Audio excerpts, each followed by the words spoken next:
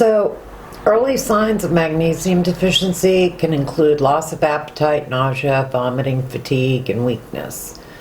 As magnesium deficiency worsens, you can get numbness, tingling, muscle contractions and cramps, even seizures.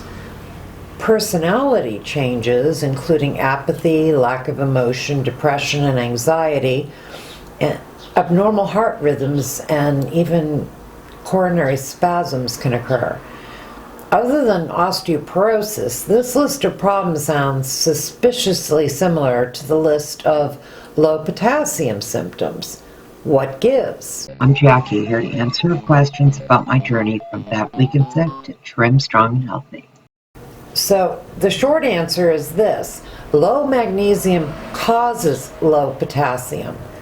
A literature review that I'll post a link to in the description box says in part this, let me read it: isolated disturbances of potassium balance do not produce secondary abnormalities in magnesium homeostasis. In contrast, primary disturbances in magnesium balance, particularly magnesium depletion, produce secondary potassium depletion. So low potassium does not cause low magnesium, but low magnesium does cause low potassium, and this is partially because of the sodium-potassium pump, which I'll be discussing a bit more at the end. There are also symptoms that are specific to magnesium depletion as well.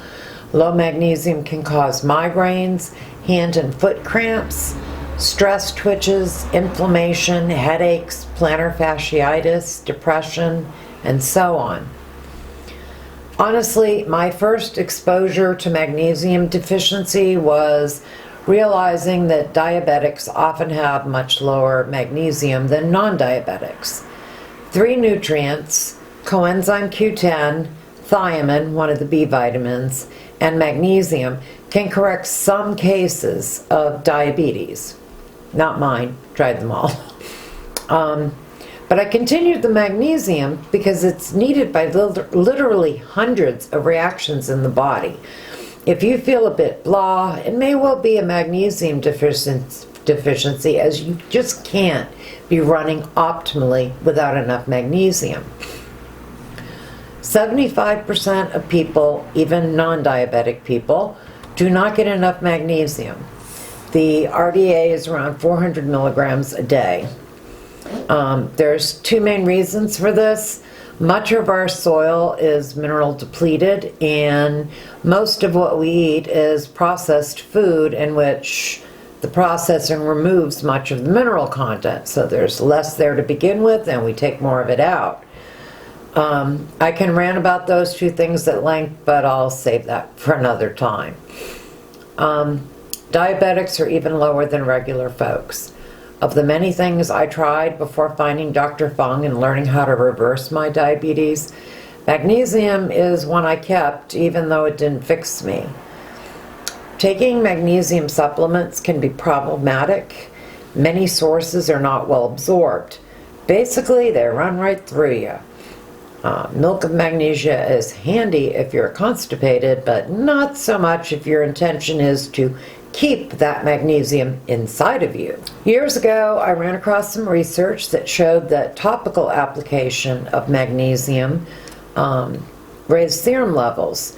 So I chose that route. Epsom salt is dead cheap, and spraying it on meant I not only wouldn't get the runs, but also wouldn't have to swallow another damned pill. Probably partly why I kept it up, even though it didn't fix my diabetes. The reason I hoped it would is because magnesium is involved in literally hundreds of biochemical reactions in the body, including many that are necessary for glucose metabolism. Basically, I pour some Epsom salts into a spray bottle. I add water and then I shake it up.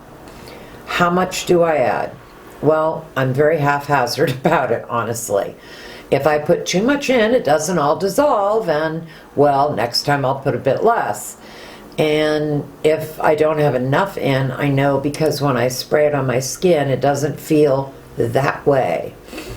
What I mean by that way is, if you've ever been swimming in the ocean, when you get out of the water and the salt water on your skin dries, it feels sort of a little itchy.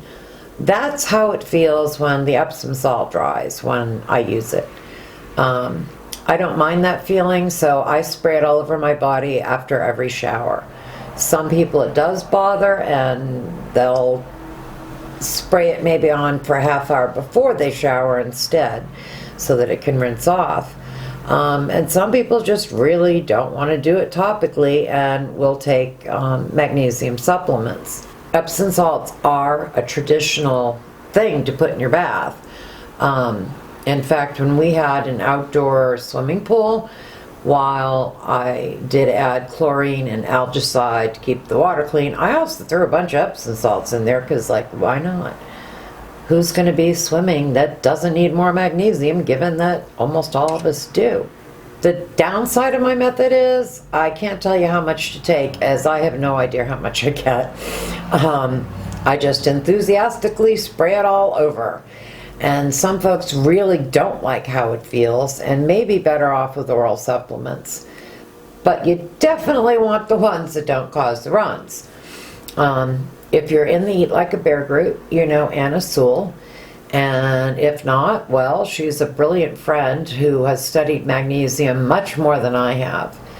She takes at least 800 milligrams with each meal. To avoid the milk of magnesia effect that many supplements cause, she recommends magnesium glycinate and or magnesium threonate. I'll link to products in the description box below. As for how to get it in your diet, one of the best dietary sources of magnesium is greens, same as a good source for potassium. Ridiculously Big Salad for the win! Interesting how the same food that is high in magnesium is also high in potassium, isn't it? Well, the study I began talking about covers this. Low magnesium can, in and of itself, cause a low potassium. You need both, and you need magnesium in order to fix potassium. So you guys remember from previous videos, we have this little sodium-potassium pump. And it is an enzyme that works by pumping sodium out of the cell so that it stays high in the extracellular fluid, and pumps potassium in so it stays high on the intracellular fluid. But you also may remember that a little while ago I said that magnesium is involved in hundreds of reactions in the human body. One of those is the sodium-potassium pump. If magnesium is not attached to this enzyme, it won't go. And if it does not go, the potassium will build up out here, where, to keep your heart going, the kidneys will dump it. And therefore, you can't put potassium back into the cell where we need it. Magnesium is necessary for sodium potassium to remain the way they're supposed to. High sodium outside, high potassium inside. We need magnesium to accomplish this. As for getting lots of magnesium in your diet, I recommend the Ridiculously Big Salad, the primary meal type I used while reversing my diabetes. Here's a video in which my friend Amanda Rose explains the RBS. I'll see you over there where you can kick diabetes to the curb.